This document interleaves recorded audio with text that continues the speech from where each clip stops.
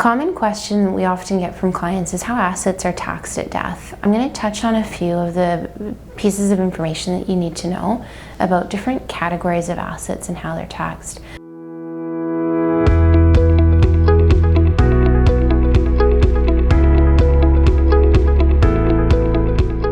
One thing that's important to note is that in Canada we do not have inheritance taxes. However, some jurisdictions around the world do, and that may or may not apply to certain Canadian residents depending on where assets are held. So we're going to talk about Canadian resident Canadian assets today.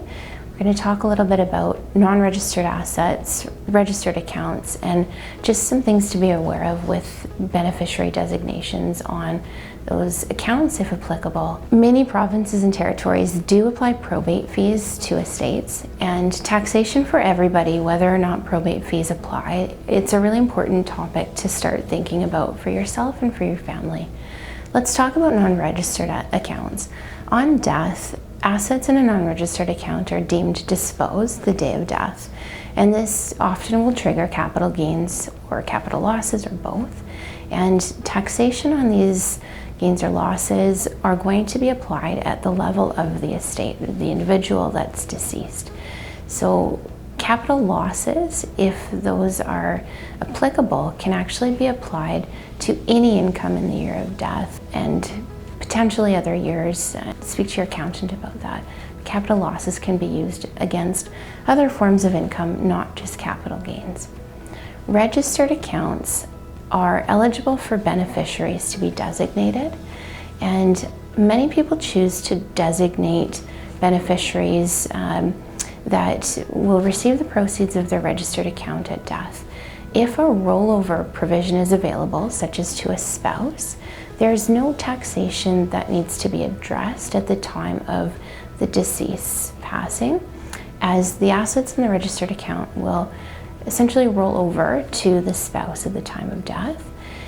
If the beneficiary of the registered account is not the spouse or eligible for a rollover, the registered assets will still be provided to the beneficiaries in full.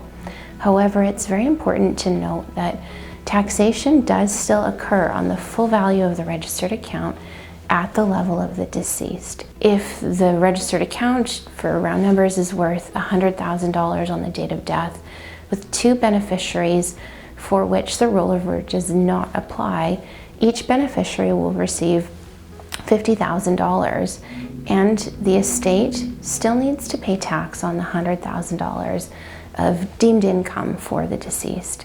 Keep that in mind when you apply your beneficiary designations to the registered account.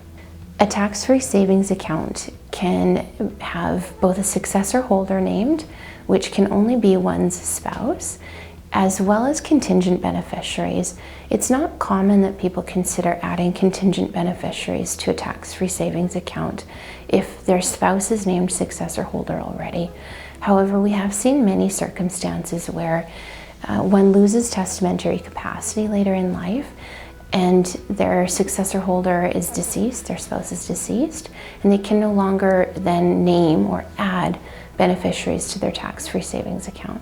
So do consider and review your own designations for those accounts to ensure that your estate and beneficiary designations are up to date and where you'd like them to be.